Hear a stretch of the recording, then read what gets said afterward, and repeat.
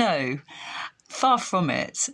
All the characters were, as far as I was concerned, were it was open season on them all. I mean, there was nobody I felt that I couldn't write about, and it was really fascinating. The more unknown they were, or the more you thought you knew what they were like. So an example of this would be Wallis Simpson, I think. I mean, she's often seen as this wicked witch of the West who came and stole this wonderful king, and off they went. And she was a sort of terrible temptress, and who had evil ways and questionable sort of sexual abilities and rather sleazy, all this sort of thing.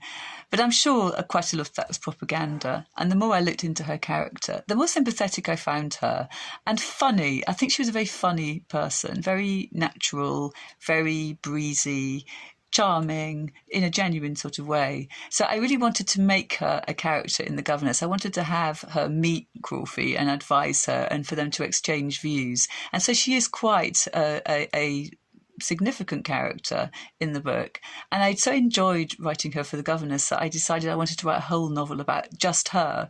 Because I think in some ways she's similar. You know, she's someone else that came from a completely different background, catapulted into the heart of the royal family, and in her own way tried to help Edward VIII modernise the way the monarchy. But it didn't work, and it didn't really. Well, it did work with Crawford, but ultimately the story ended in a bad way. And obviously, Wallis Simpson had to. That ended in exile. And I suppose another part of the same set is Meghan and Harry, who, you know, same kind of idea. A woman comes from a completely different background, enters the royal family at a very intimate level, tries to modernise. It doesn't work, and off she goes. And in her case, and also in Crawford's case, and actually in Wallis Simpson's case, writes a book about it, which becomes a bestseller. So she's a kind of, you know, next one in the set, I suppose.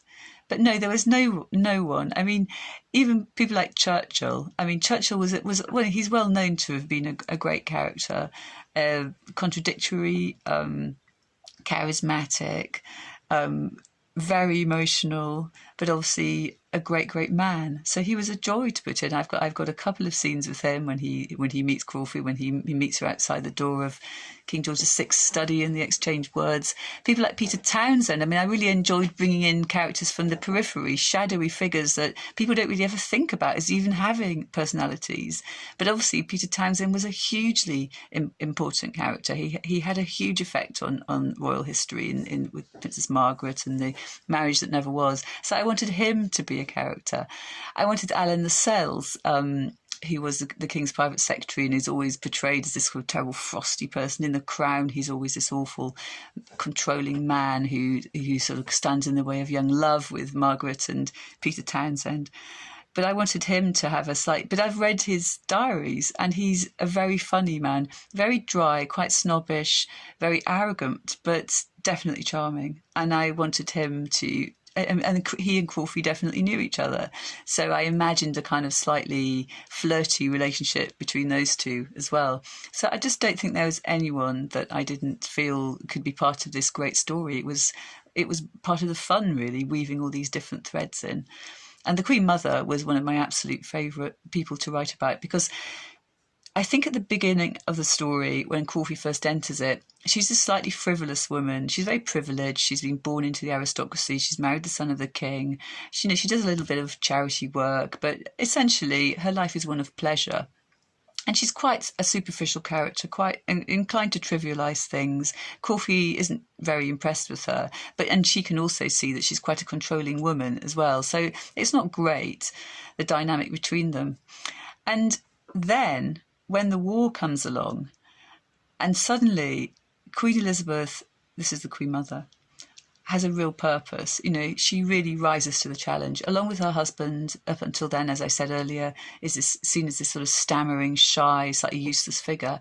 The two of them step up to the plate in the most amazing way, and they become the focus for national sentiment, for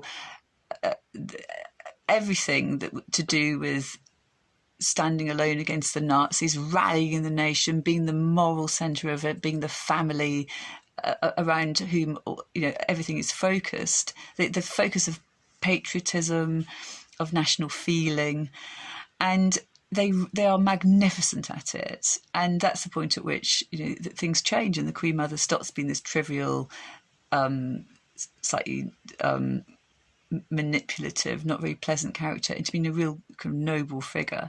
And that was great to write. It was great to write that switch from one type of person to another.